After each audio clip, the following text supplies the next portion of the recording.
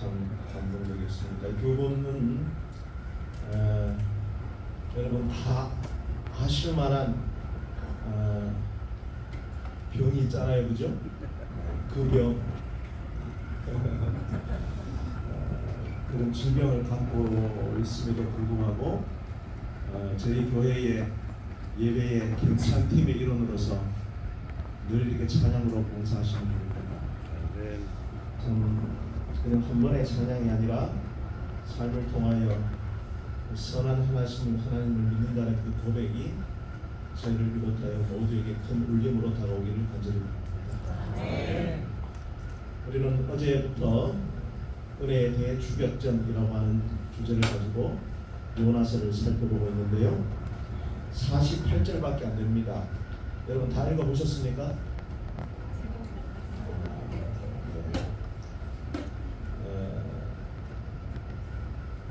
꼭 이번 기간에 오늘 강하기 전에 읽어보기를 권합니다. 우리는 어제 이 요나서를 이해할 수 있는 하나의 그 키워드를 누가복음 15장의 탕자의 비유라고 제가 알려드렸습니다. 여러분 양 100마리 중에 한 마리가 있습니다. 잃어버림을 당했습니다. 여러분 1번부터 100번까지 번호를 매기면 몇 번째 양이 잃어버림을 당했을까요? 몇 번째? 100번째? 첫 번째? 아닙니다. 양의 특성은 항상 앞에 있는 양의 gun둥이를 보고 하기 때문에 그 시야가 양은 굉장히 좁아요. 선천적으로. 그래서 목자는 1번 양을 늘 끌고 다닙니다. 1번은 절대로 잃어버릴 수가 없죠. 몇 번 양이 잃어버림을 당했을까요? 100번. 100번? 중간에? 정답은 모른답니다. 아무도 몰라요.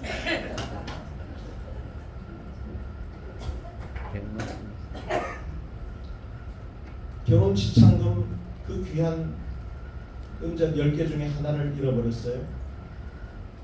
양은 들판에서 잃어버렸고 동전은 집 안에서 잃어버렸습니다. 마지막으로 이야기가 두 아들 중 하나가 잃어버림을 당했죠. 그런데 살펴보니 누가 잃어버림을 당했습니까? 두 아들 다. 금방 가르쳐 드렸는데 정답은? 여러분 김동선 목사에게 설교하고 있다고 여러분 구원이 확실합니까? 오늘 우리 두 분이 저렇게 아름다운 특장을 했다고 해서 구원이 확실해요? 아무도 몰라. 의인은 없나니 하나도 없어. 누구나 다 곁길로 빠졌어. 그것이 첫 번째 아들의 모습이든 둘째 아들 탕자의 모습이든 100마리 중에 한 마리가 몇 번째 양인지 아무도 모르는 것입니다. 마치 이 이야기는 스크류 드라이브처럼 나는 괜찮겠지, 나는 의인이지, 나는 이 정도 신앙생활 하니까 나는 괜찮을까라고 생각하는 우리의 심장에 비수처럼 파고드는 것이죠.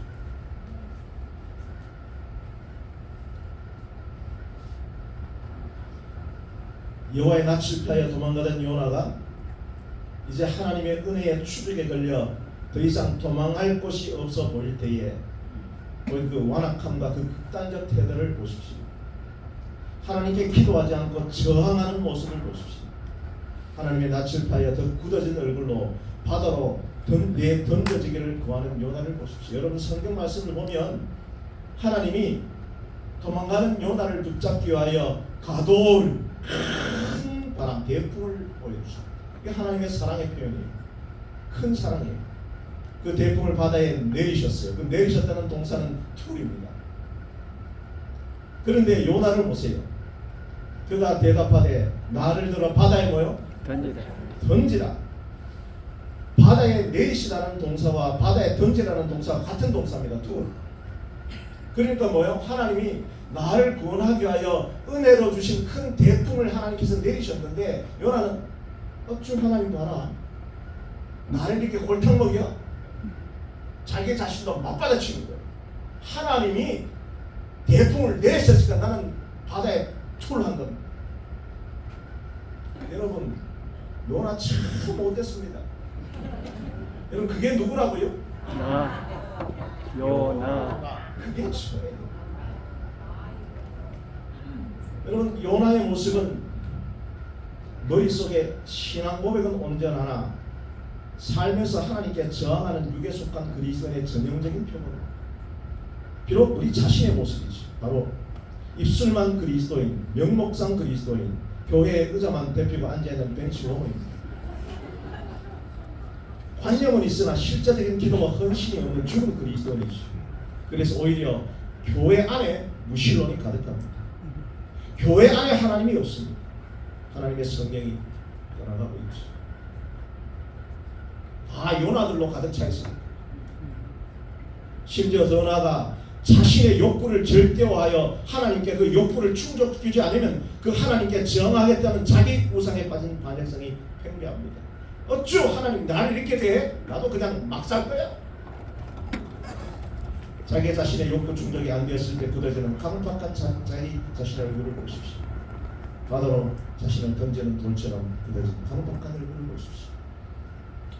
이 시간 이방인 선장이나 느니웨 왕보다도 하나님에 대한 두려움이 사라져버린 나 자신의 내면의 황폐함을 증명하십시오.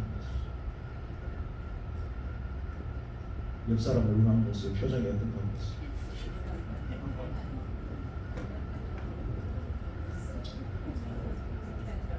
저는 여러분 목회를 하면서 가장 쉬운 때가 11월, 12월 교회 선거위원회가 있는 그때 요나들이 무지하게 등장합니다. 자기 뜻대로 안 됐을 때 배 위층에 가서 숨거나 아니면 이 강팍한 요나처럼 어쩌 목사님 나한테 이렇게 해? 자기 자신도 바다에 툴하는 그런 요나를 참 많은 거죠. 자신의 욕구를 절대화하여 하나님께서 그 욕구를 충족주지 않으면 그 하나님께 저항하겠다는 자기 우상에 빠진 반역성의 팽배함. 오히려 교회 안에 하나님이 없는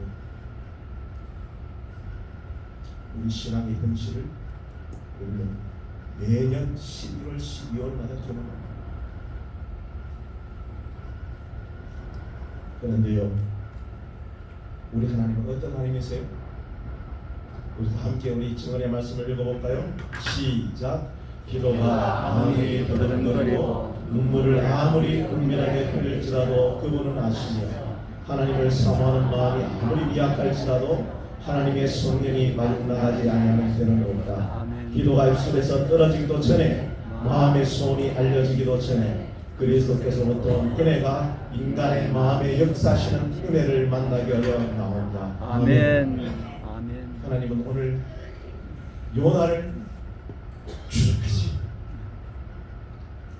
하나님이 먼저 우리를 찾아왔어.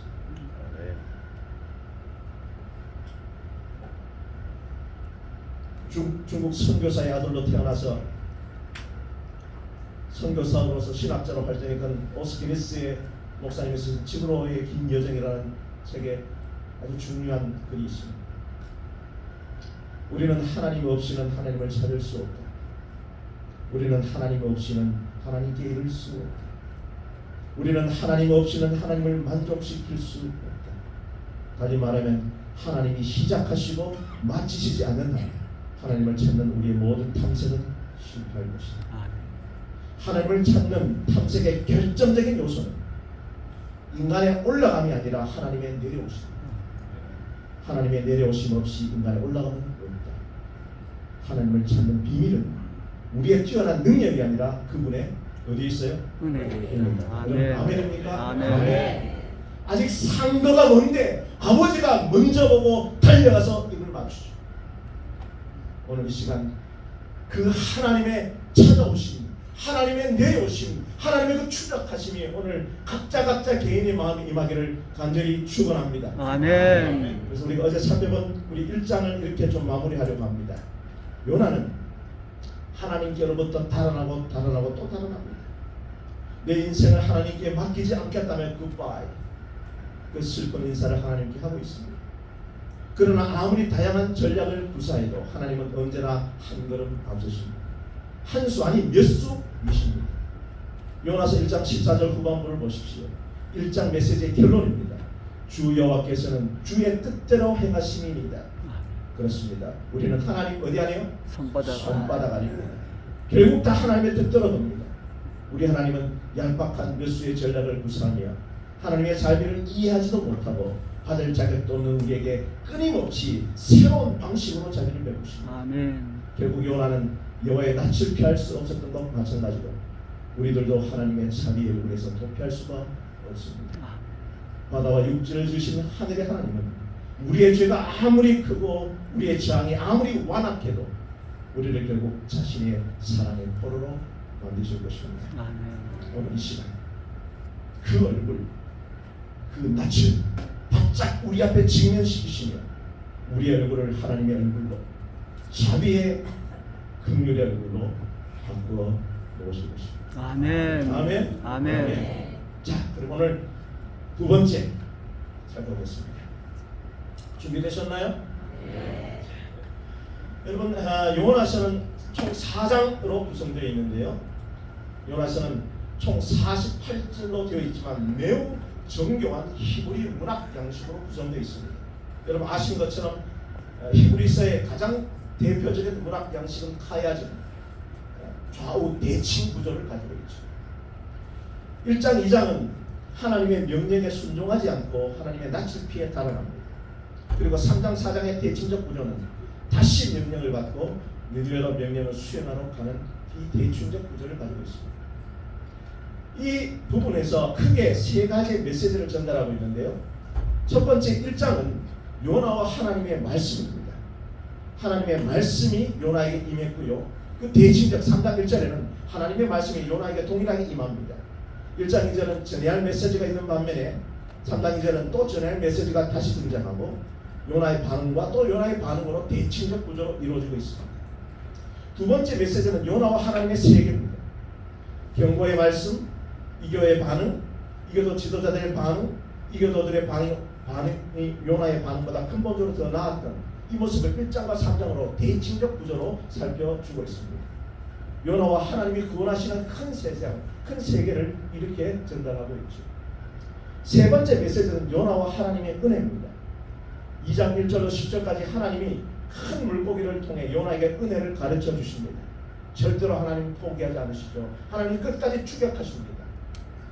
4장 1절부터 10절까지는 하나님이 식물을 통해 요나에게 은혜를 가르쳐 주고 계시죠. 이렇게 좌우 대칭 구조로 요나와 하나님의 말씀과 하나님의 세계와 하나님의 은혜를 이렇게 요나서는 가르쳐 주고 있습니다. 자, 그렇다면 오늘 이 요나서를 이해할 수 있는 그 3장의 키워드는 바로 뭐냐? 돌이켜라는 동사입니다. 3장에 계속적으로 등장합니다. 떠날 것이다. 혹시 그 뜻을 돌이키시고 그치사, 돌이켜라고 번역된 똑같은 동사는 슈브라고 하는 동사입니다. 돌이켜라는 동사. 회개하라는 동사. 여기서 이 3장은 계속적으로 반복합니다. 그래서 이 돌이켜라는 이 동사를 이해할 때에 요나서 3장을 전반적으로 제대로 이해할 수 있고 요나서 3장을 제대로 이해할 때에 요나서 전체의 맥락을 우리가 이해할 수 있는 것입니다. 자, 그렇다면 이 슈브라는 동사에 포함된 요나서 3장의 전체 메시지는 그렇습니다. 첫 번째로는 요나의 슈브입니다. 요나의 방향전환. 요나가 돌이키는 것입니다. 두 번째 방향전환은 니느웨의 방향전환입니다. 니느웨의 슈브. 세 번째는 하나님의 방향전환, 하나님의 돌이킴, 하나님의 슈브. 자, 그렇다면 이 중요한 메시지의 결론은 바로 그것입니다. 바로 또 연습에 걸렸네요. 바로 나의 슈브, 나의 돌이킴은 결국 이 죄된 세상의 돌이킴 슈브를 만들어내고 결국 요나의 돌이킴은 세상의 돌이킴을 통하여 결국 누구의 마음까지도 바꾸세요? 이 세상을 심판하시는 하나님의 마음도 바꾸신다는 거예요. 이 동사의 세 연속 동작 요나의 슈브, 세상의 슈브, 하나님의 슈브가 이 3장에 기록되어 있는 것입니다. 자, 그렇다면 첫 번째로 요나의 방향 전환을 좀 살펴봅시다. 3장 1절로 3절의 말씀인데요. 여호와의 말씀이 두 번째로 요나에게 임했습니다. 자, 이 말씀은 요나서 1장 이전에 하나님이 처음 요나야 너는 일어나 저 큰 성읍 니네로 가서 내가 내게 명한 바를 그들에게 선포하라 하신다라고 하나님이 명령하신 것이었습니다. 그것이 요나의 도망감, 요나가 하나님께로부터 도망했을 때에 하나님은 큰 물고기 은혜를 통하여 요나를 다시금 이 세상에 보내시고 그 말씀이 두 번째 요나에게 임하신 것입니다. 자, 그렇다면 우리는 성경에서 아주 중요한 하나의 패턴을 발견하게 됩니다. 하나님은 항상 우리를 부르실 때는 첫 번째 부르심이 있어요. 그것은 세상으로부터 주님을 향하여 부르신 것입니다. From the world to the Lord. 우리는 이 세상에 살아갑니다. 이 세상이 영원한 하늘, 영원한 고향으로 생각하고 살지만 우리는 여기 있는 모든 사람은 첫 번째 부르심을 다 받았어요. 세상이 영원한 우리의 집이 아니라 우리 하늘 집이 우리의 영원한 집입니다. 아멘. 아멘. 그래서 우리는 세상으로부터 부르심을 받았어요. 자, 그런데 우리는 여기서 멈춰 있으면 안 됩니다. 베드로에게 예수님은 나타나셔서 사람 낳는 어부가 되리라고 말씀하셨어요. 세상으로부터 부르셨어요. 그러나 우리가 아신 것처럼 베드로는 예수님을 3번 부인하고 다시 세상으로, 자기의 세상으로 갈릴리 바다로 다시 그물을 내리고 있었습니다. 예수님은 두 번째 베드로에게 오셨죠. 내 양을 두 번째 부르셨어요.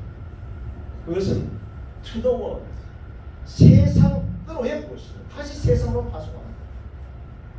사도 바울도 마찬가지입니다. 기세에 등등했던 사울은 다메섹 도성으로 가던 도중에 강렬한 빛을 받고 쓰러졌습니다. 그분은 바로 핍박하던 예수 그리스도셨습니다. 그는 또 수년 동안 아무 일도 하지 못하고 갇혀 있다가 다시 하나님께서는 다시 바울을 부르시죠. 그렇습니다. 하나님께서는 항상 이런 패턴을 통하여 우리는 세상에서 우리를 불러내시고 하나님은 다시 그 세상으로 우리를 파송하세요. 아멘. 이것이 하나님께서 쓰시는 전형적인 하나님의 패턴입니다. 자, 그런데 하나님께서는 그 요나를 부르셨는데 요나는 다시 세상으로 가지 않았어요. 그때 하나님은 어떻게 하셨나요? 여러분, 우리 교회가 하나님으로부터 부르심을 받았어요. 특별히 다른 어떤 교회보다도 마지막 세 천사의 기별을 가진 남은 교회로 부르심을 받았습니다. 그러나 우리 교회가 다시 세상으로 나가지 않았을 때에 하나님 이 교회를 어떻게 평가하실까요?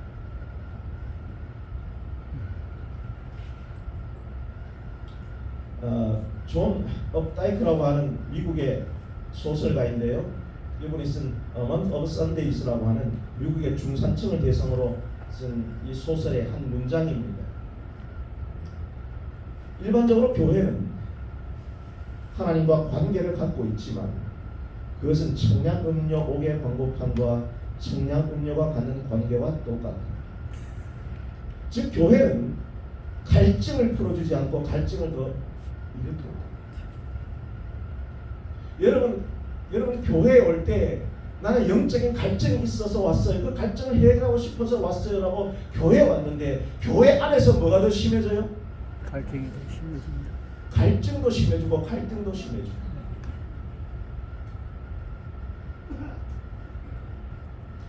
왜 그럴까?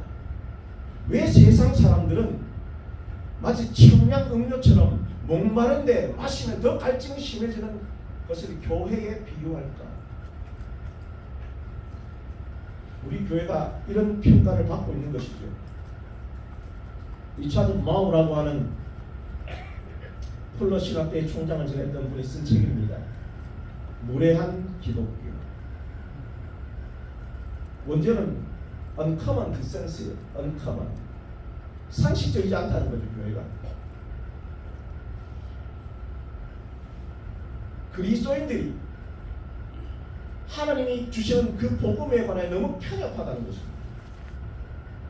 그래서 많은 가치관과 많은 신념들이 교차한 이 도시 내에서 이 분열된 세상에서의 오히려 이 세상에 많은 문제들이 있는데 교인들이 오히려 무감각하고 무례하고 현실을 도외시하고 도시의 공공성과 사회 계획 등에 너무 무관심하여 오히려 그들에게 무례하게 비춰지고 있다.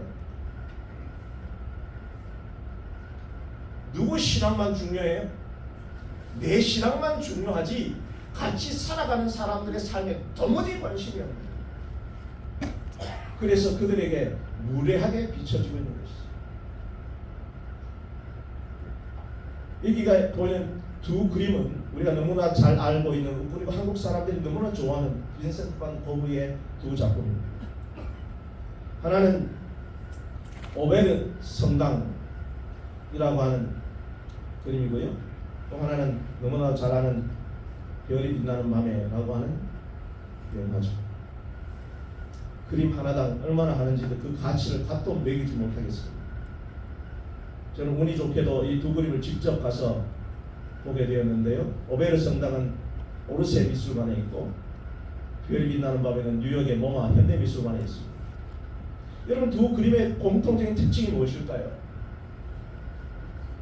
교회를 그리고 있습니다. 그런데 가만히 보시면 저렇게 별이 빛나는 밤에 교회의 불은 다 꺼져 있다는 것입니다. 고흐는 원래 목회를 하려던 사람이었습니다. 그러나 그 지역에 헌신적으로 목회를 하던 사람이었는데 그 지역에 있는 교단 지도자들에 의하여 방출당했습니다. 그래서 그는 그 위로부터 그림을 통하여 메시지를 설교를 하려고 그는 노력했던 것 같습니다. 이 교회의 모습은 불이 꺼져 있다는 것은 이 교회가 도무지 이 세상을 향하여 아무런 관심을 주지 않을 때 교회는 불이 꺼져 있다고 그는 그림을 통하여 메시지를 전달한 것입니다. 여러분 보세요. 요나가 하나님으로부터 첫 번째 부르심을 받았어요. 세상으로부터 부르심을 받았고 하나님께서는 요나에게 너는 일어나 니네로 가라고, 그 세상을 향해 가서 복음을 전하라고 하나님께서는 두 번째 부르심을 줬는데도 불구하고 요나는 다시스로 도망하려 했습니다. 그는 다시스로 가는 그 배 밑구창에 들어가서 가장 낮은 곳에 들어가서 몸을 구부리며 나는 더 이상 하나님과 일하지 않겠다고 깊은 영적인 잠에 빠져있는 요나를 향하여 하나님은 큰 사랑의 대풍을 준비하셨어요. 바람이 붑니다. 풍랑이 칩니다. 온갖 사람들이 자기 신으로 이 풍랑을 이겨보려고 노력했는데도 그 풍랑은 꺼지지 않습니다. 그때 내 선장이 배 밑창에 자고 있는 요나를 불러내어 이렇게 꾸짖습니다. 자는 자요? 어찌민요? 뭐요? 일어나라고 얘기했어요. 그런데 재미있는 것은 이 일어나라는 동사 쿰렉이라고 하는 동사는 요나서 1장 2절에 하나님이 요나를 처음 부를 때 요나야 너는 일어나라는 동사와 다시 두 번째 요나에게 임하여 너는 다시 일어나서 저 큰 성읍 니네로 가라고 하는 두 번째 부르심에 똑같은 동사라는 것입니다.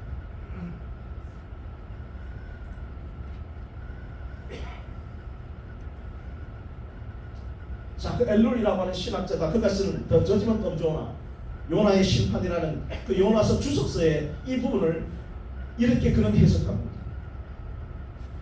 현대의 교회가 세상에서 일어나는 일에는 관심이 없고 자신들만 생각하고 있기 때문에 세상의 교회를 깨우고 있는 장면으로 볼 수 있다. 무슨 말인지 이해되셨습니까? 다 정확하게 요나는 1장에서 세상을 향한 하나님의 부르심을 거부하고 하나님의 낯을 피해 달아났습니다. 근데 참 역설적이지요. 그토록 하나님을 모르는 이방인들에게서 하나님의 음성을 듣게 된 것입니다. 대풍 속에서 배 밑바닥에서 잠을 자는 요나에게 선장이 소리칩니다. 자는 자여 일어나 내 하나님께 구하라. 컴렉. 선장의 이 말은 1장 2절과 3장 2절에서 너는 일어나 큰 성으로 니느웨 가서 라는 일어나의 원어로 하나님이 요나에게 사명을 주실 때 사용한 단어가 같습니다. 하나님은 선지자를 보내어 이방인들에게 하나님을 전하라고 하셨는데 도리어 지금은 이방인들이 선지자에게 하나님을 전하고 있습니다. 즉 이방인에게 비신자에게 자기의 사명을 확인받는 요나를 보십시오.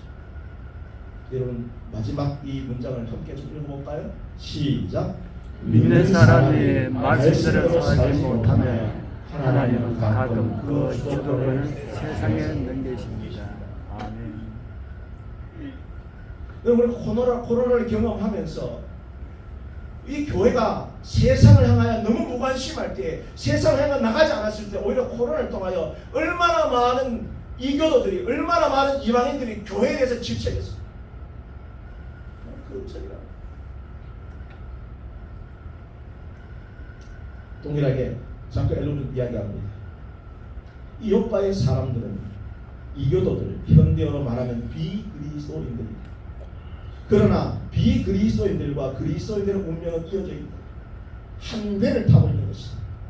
모두의 안전은 각자가 하늘에 달려있다.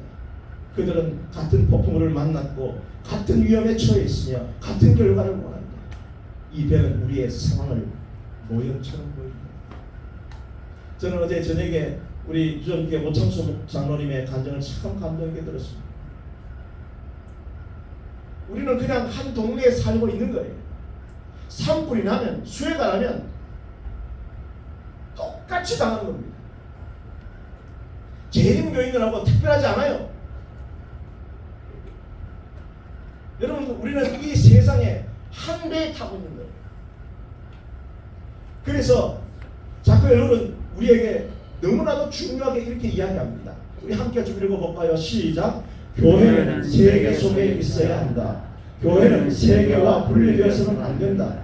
그러나 동시에 교회는 세계와 하나가 되어서도 안 된다. 교회가 물질밖에 모르는 현대 세계와 거리를 취해야 자신의 진리를 바르게 추구할 수 있으며 동시에 그 세계에 참여해야 세계를 자신의 진리로 변화시킬 수 있는 것이다. 그런 식으로 교회는 근본적으로 그 긴장을 잘 유지해 가면서 각 시대에 필요한 일들을 해 나가야 한다. 아멘. 아멘. 그래서 여러분 영어 표현이 참 재밌어요. 워드 크리스찬, 세계적인 크리스찬이라는 단어에 워드리라고 하는 그만 붙이면 뭐가 돼요? 세속적인이라는 단어예요. 월드 크리스찬이 세속적인 크리스찬이 돼요. 이 두 긴장관계에 있는 거예요. 그래서 제7 안식일 예수 재림 교회는 늘 이 두 긴장 속에서 그 세상 속에 세속화되고 빠져들면 안 되지만 세상으로 멀어져서는 안 되는 거예요. 하나님은 항상 우리를 세상으로부터 부르신 다음에 반드시 어디로 보내세요? 세상으로 보내세요. 아멘. 그런데 우리는 그것을 너무 등한시하고 있단 말이에요. 제7 안식일 예수 재림교회 선교적인 현주소가 항상 우리는 세상 속으로 들어가서 너무 주저해요.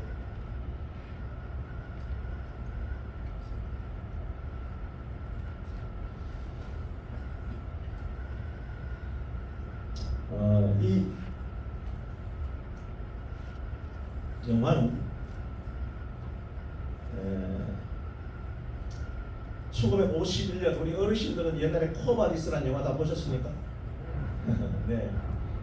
머린 글로이가 만든 1951년작 코바디스라고 하는 영화의 제목을 빌어서 김재환 감독이라는 분이 오늘날 우리 한국 기독교 보수 기독교 사회를 고발한 영화입니다. 2014년에 개봉된 영화인데요.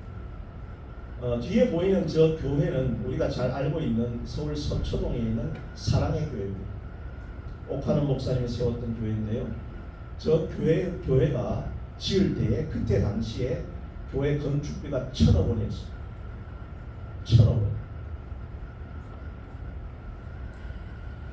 그래서 그 사랑의 교회가 교회의 본질을 잃어버리고 얼마나 세속화되어 있는지 김지한 감독은 이 코바디스라고 하는 이 제목을 빌어서 그것은 교회가 아니라고 이 교회를 비판하고 있습니다. 이 내용은 즉슨 우리가 잘 아는 것처럼 성경에 베드로 외경이 있습니다. 베드로의 외경에 보면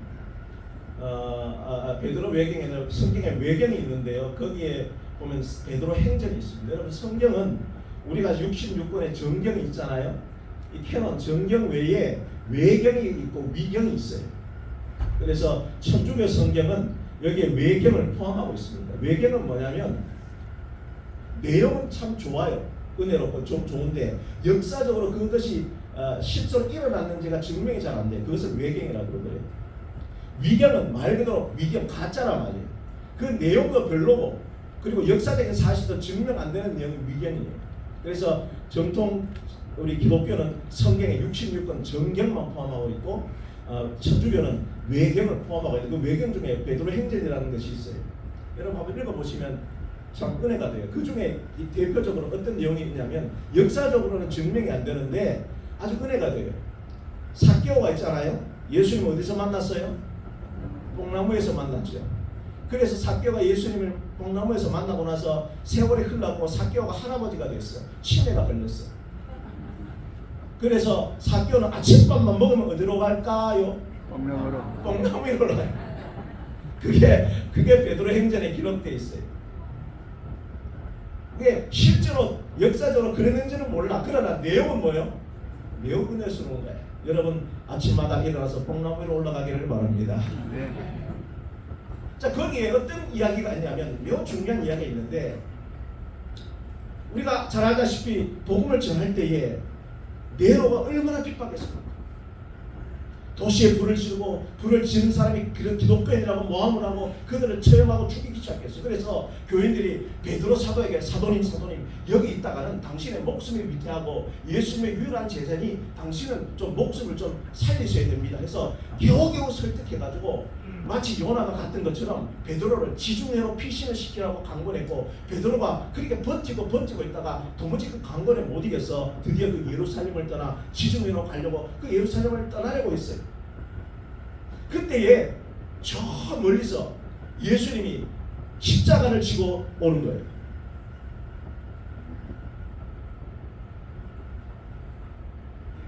베드로가 깜짝 놀랐어. 예수님 어디 가십니까? 그 말이 라틴어로 코바디스 도미네 내 주여 어디로 가시나? 그때 예수님이 뭐라고 대답하십니까? 베드로야 네가 여기 있는 예루살렘 성을 버리고 도망가니 내가 다시 십자가를 지고 예루살렘에 와서 이 세상 사람들을 구원해야겠다. 그때 베드로가 정신을 번쩍 차렸어. 그리고 지중해로 도망가려던 방향을 휴무한 거예요. 돌이켜서 다시 그런 예루살렘으로 돌아왔고 백성들을 위하여 선교하다가 결국 예수님과는 달리 십자가에 거꾸로 못 박혀 죽었어요. 그게 바로 이 코바디스라는 영화의 핵심 내용이 바로 그거예요. 여러분 우리 교회가 어디로 가고 있는가는 거예요. 우리의 신앙이 어떤 방향으로 가고 있는가는 거예요. 오늘 주님께서 우리에게 이렇게 물어보실지 모르겠어요. 야 너는 신앙의 방향이 어디로 가고 있니? 그때 우리가 예수님 앞에 내 주여 당신은 어디로 가시오니까 코바디스 도미네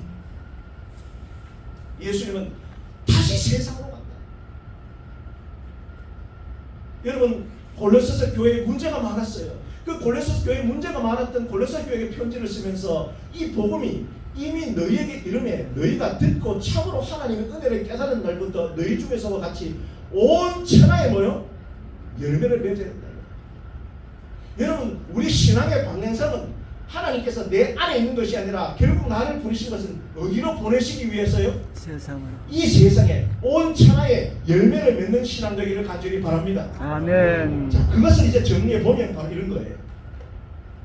자, 중요한 이제 부분입니다. 정리해 보면, 즉 요나의 방향 전환이 이렇게도 중요하다. 요나가 도망가려는 것을 하나님이 돌이키신 거예요. 그것은 니느웨의 방향 전환과 하나님의 방향 전환을 세 연속 동작으로 일으키시는 것입니다. 자, 우리 함께 좀 읽어볼까요? 시작. 요나의 나의 회개는 그 돌이킴이 아무리 연약하다 할지라도 세상의 돌이킴을 만들어내며 궁극적으로는 하나님의 돌이킴까지도 만들어내는 것입니다. 그래서 참된 회개는 아무리 연약하다 할지라도 결국은 역사의 방향을 결정적으로 바꾸는 변화의 열쇠, 절대키인 것입니다.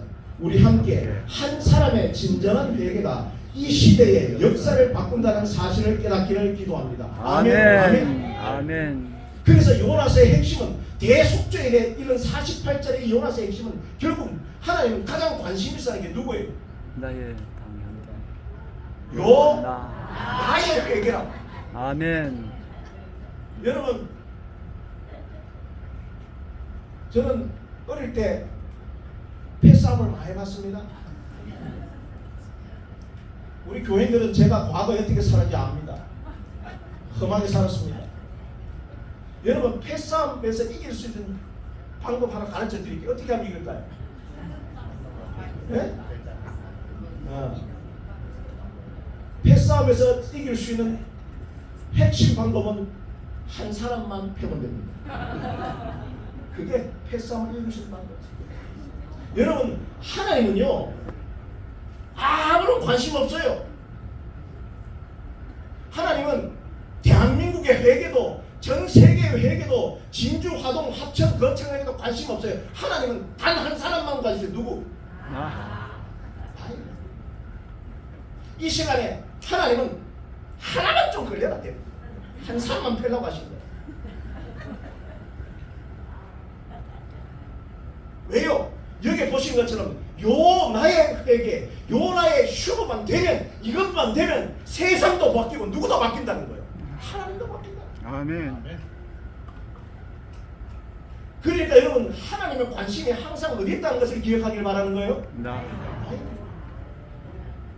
여러분, 선교, 여러분, 제가 선교부장 2회기나 했는데요, 선교적 방법 프로그램 없습니다. 누구만 바뀌면 돼요. 아멘.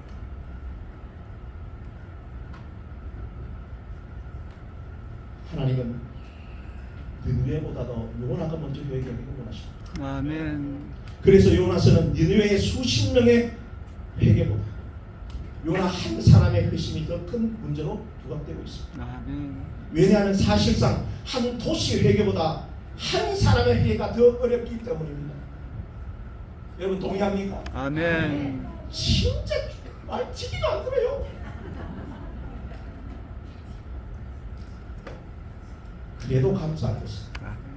무한히 크신 하나님은 작은 한 사람을 포기하지 않으시고 무한한 관심을 가지시고 찾아오시는 분이십니다. 아멘. 그 한 사람을 위하여 뭐요? 온 세상을 동원하시는 분이십니다. 아멘. 그게 요나에서 2장에 나타나는 큰 물고기예요. 한 사람, 우리 하나를 회개시키기 위하여 큰 물고기 가도를. 그래서 우리는 어디까지 끌어내리세요? 깊은 바닷속으로, 산의 뿌리속으로, 스올의 뱃속으로. 누구를, 뭐를 죽이려고? 나를 죽이려고. 이 말티기도 않는 자아를 죽이려고. 그 깊은 곳까지 끌어내리고 끌어내린 거예요. 왜? 나를 사랑하시기 때문에. 아멘. 그래서 제가 어제 말씀드린 것처럼 우리 모두의, 우리 경남 서부 지역에 있는 모든 교회가 여러분 붕하기를 간절히 소망합니다. 아멘. 저는 교회가 붕하기를 원해요. 제 꿈입니다. 그런데 부흥을 착각하지 마세요. 부흥은 프로그램을 되는 것이 아니고 사람이 많아지는 것이 아니라 그 교회에 단 한 사람의 진정한 회개자가 있으면 부흥이 이룰 줄 저는 확신하는 것입니다. 아멘. 한 사람의 요나의 회개가 세상의 돌이킴을 만들고, 세상의 돌이킴은 하나님이 그 땅에 심판하시려고 하는 하나님의 마음도 돌이키시는 것입니다. 아멘.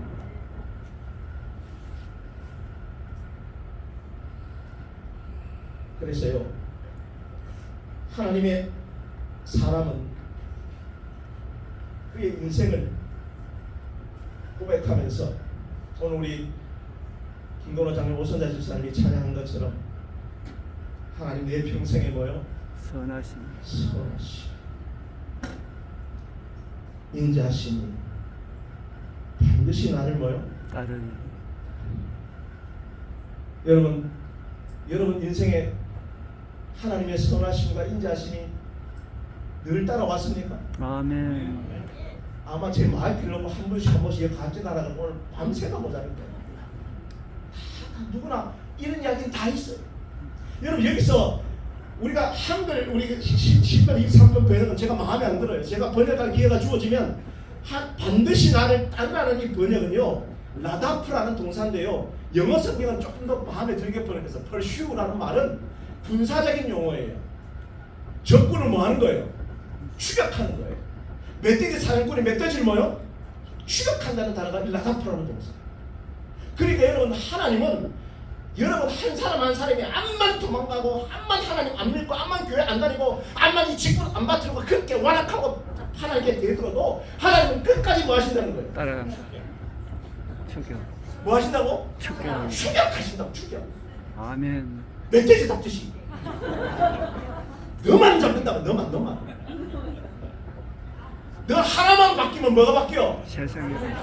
네 가정도 바뀌고 네 교회도 바뀌고 여러분 이 세상도 바뀌십니다. 아멘. 그게 하나님이에요. 그게 하나님이 우리를 추격하시는 거예요. 아멘. 여러분 이 추격하시는 하나님은 은혜를 경험하기를 간절히 바랍니다. 여러분. 아멘. 여러분 저는 그래요. 여러분 저는 어릴 때 태어날 때부터 우리 오늘 아침에 박윤걸 목사님 제 고등학교 동창인데요.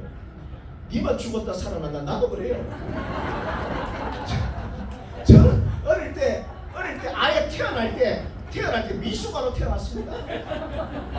저희 동네 할매가 어릴 때 동네 가면 저를 부릅니다. 동서봐 통서봐 야야지. 어릴 때 쥐새끼만 했다. 엄마가 10달 우리 제가 칠삭동이는 아닌데 10달을 배를 불렀는데도 불구하고 워낙 못 먹고 가난해서 엄마가 배가 안 나온 거야. 그러니까 밭에서 10달 산모가 밭에 죽으면서 일했대. 그만큼 배가 안 나온 거야. 거기서 태어나서 제가 얼마나 작았습니까? 그래서 아예 그때 당시는 뭐 인큐베이터도 없고 죽는 줄 알았는데 그냥 버리라 그랬대. 그러다가 이렇게 뻥튀기가 된 거예요.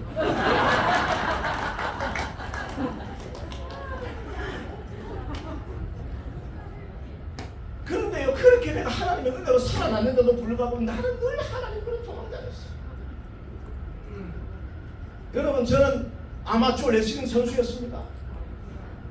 아이고야. 이제 조금 겁이 나죠, 그죠? 진작 안 졸고 말씀드릴 거예요. 여러분 운동선수가 여러분 금메달 1개가 중요합니까? 은메달 100개가 더 나아요? 금메달. 왜요? 여기는 지금 오늘 녹화 안 하니까 마음대로 이야기합시다. 오늘 녹화 안 되겠네요. 여러분 이 세상은 몇 등만 기억하는 세상이에요? 여러분 제가 운동할 때 금메달 닦았습니까? 못 닦았습니까? 아 쭈구리. 여러분 한만 열심히 해도 태어날 때부터 요만큼만 애가 태어나가지고 암만 노력한들 태어날 때부터 통뼈로 태어나야 되는데 안 되더라. 여러분 타고난 재능은 안 돼. 그래서 여러분 제가 얼마나 원망했겠어요? 얼마나 하나님 미워했겠어요? 그래서 저는 방황했습니다. 담배 중학교 1학년 때 꼴초가 피게 됐습니다. 왜요? 우리 집에서 담배 농사 지었기 때문에.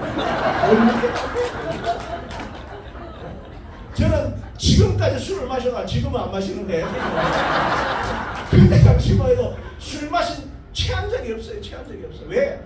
거짓말하면 우리 집 옆집이 막걸리 양조장이었습니다. 술치킨이 많이 먹었어요. 여러분 제가 좋아하는 성경인물이 여기 있는 야곱인데요. 야곱 이름이 뭐냐면 야곱이 뭐예요? 이름의 뜻이 속이는 자예요. 속이는 자. 그런데 이름의 원뜻이 뭐냐면 이스라엘의 전통 신을 믿는데요. 제가 레슬링 했잖아요. 야갑이라는 기술. 야갑이라는 기술은 뭐냐면 정식 배신이 아니야. 정식 잡치기가 아니고 이거는 사기 기술이야. 속이는 기술. 지 넘어지는 척하면서 상대방의 발목을 콱 붙잡는 게 야갑이라는 기술이야. 여기서 이름이 왔어요. 야곱. 그래서 형의 발꿈치를 뭐요? 잡았다는 뜻 아니에요. 그게 야곱이야. 태어날부터 이 인생 자체는 늘 사기꾼이야. 결국은 형 속이고 아버지 속이고 삼촌 속이고 그러다가 어디서 용코 옆복강 누구를 만나요? 야복강에서 누구를 만나요? 예수님. 드디어 하나님을 만나잖아요. 평생 속이고 살다가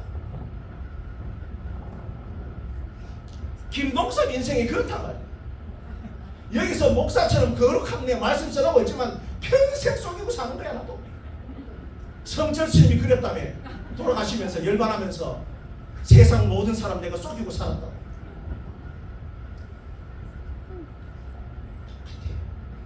내가 하나님 믿는 척 살아가지고 율법 지키는 척하고 살아가지만 아니야, 나도 다 속이고 사는 거야. 야곱이야. 그렇게 살아가다가 누구를 만나? 하나님 만났어요. 실험합니다. 그는 평생 하나님의 은혜를 경험해서도 하나님께서 지가 변한 줄 알았어요. 인생이 변한 줄, 신앙이 변하고 삶이 변한 줄 알았는데 막상 그 자신이 하나님 만나니까 그 밤에 하나님 줄 모르고 평생 자기가 했던 속임수 기술 하는 거야. 넘어지다가 발목 잡고 사기꾼 기술, 밤새 사기꾼 기술 하는 거야. 그런데 날이 새서 보니까 누구였어요? 참, 평생 속이고 살아왔는데 그 밤에 속임수 기술을 밤새 했는데 새벽에 날이 새 보니 그분이 누구예요? 그때 깨진 거예요. 더 이상 속임수 안 돼요.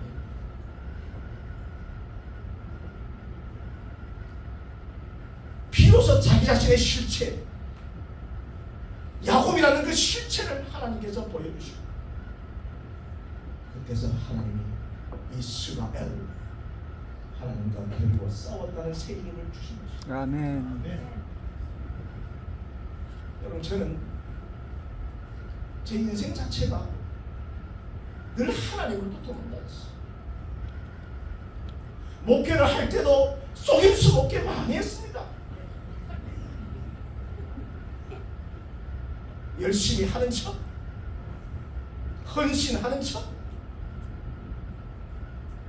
그런데요, 그런 하나님은 나를 포기하지 않으시고 하나님의 선하심과 인자하심이 나를 뭐요? 추격하셨어요.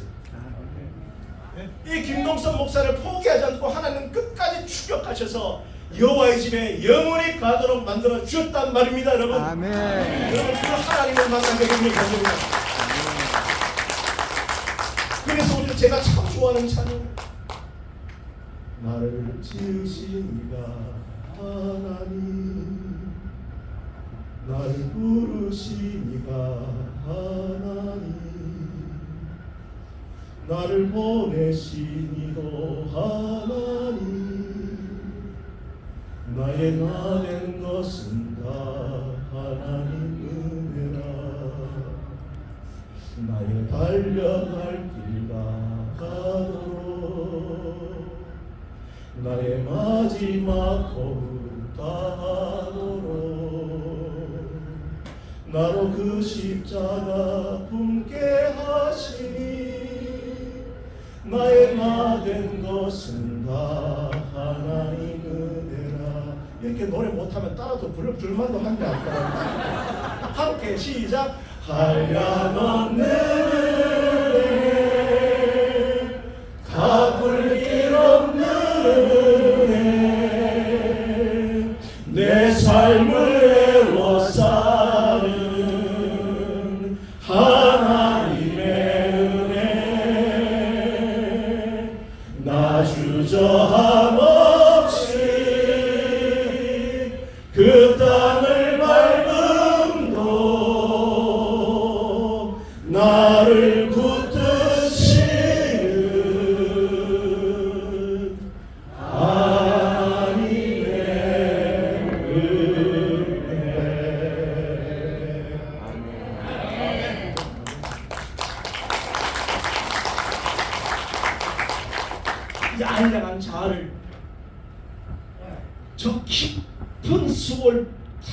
바위까지 큰 물고기를 통하여 끌어내리시고 내 심령이 가난하게 하셔서 오로지 하나님만 바라게 하시고 나를 끝까지 추격하시는 하나님의 은혜를 경험하는 저와 여러분 되기를 간절히 바랍니다. 아멘. 마지막으로 우리가 잘 아는 성공의 한 신부님의 묘비 글이죠. 우리 다 함께 좀 읽어볼까요? 우리 읽고 기도하고 마치겠습니다. 시작. 내가 젊고 자유로워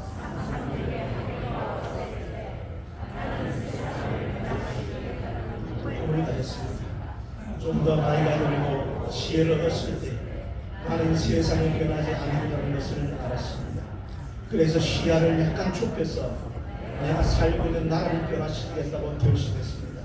그러나 그것 역시 불가능한 일이었습니다. 황혼의 나이가 되었을 때 나는 마지막 시도로 나와 가까운 내 가족을 변화시키겠다고 마음을 먹었습니다. 그러나 아무도 달라지지 않았습니다. 이제 죽음을 맞이하기 위해 눈 자리에서 나는 깨닫습니다.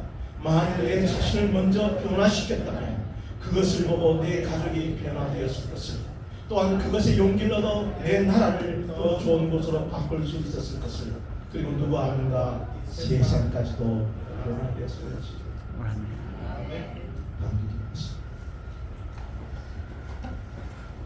하나님,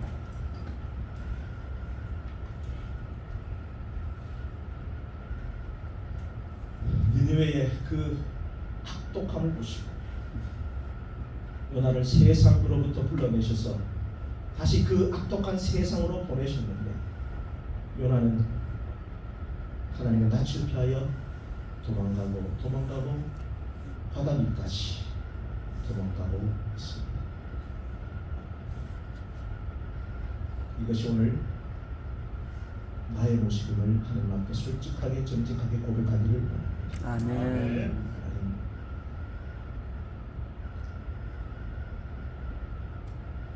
저를 포기하지 마시고 아멘. 끝까지 추격하여 주셔서 내 알량한 자아를 박살내시고 아멘. 하나님의 놀라운 은혜를 경험할 수 있도록 주여 도와주시옵소서. 아멘. 그래서 내 하나의 변화와 내 하나의 내게만을 바라시는 하나님의 은혜를 경험하고 내 가정도 변화하고 내 교회도 변화하고 이 세상도 변화시킬 수 있도록 하나님 우리에게 함께하여 주시옵소서. 아멘. 사랑 많으신 예수 그리스도 이름으로 간절히 기도드리옵나이다. 아멘.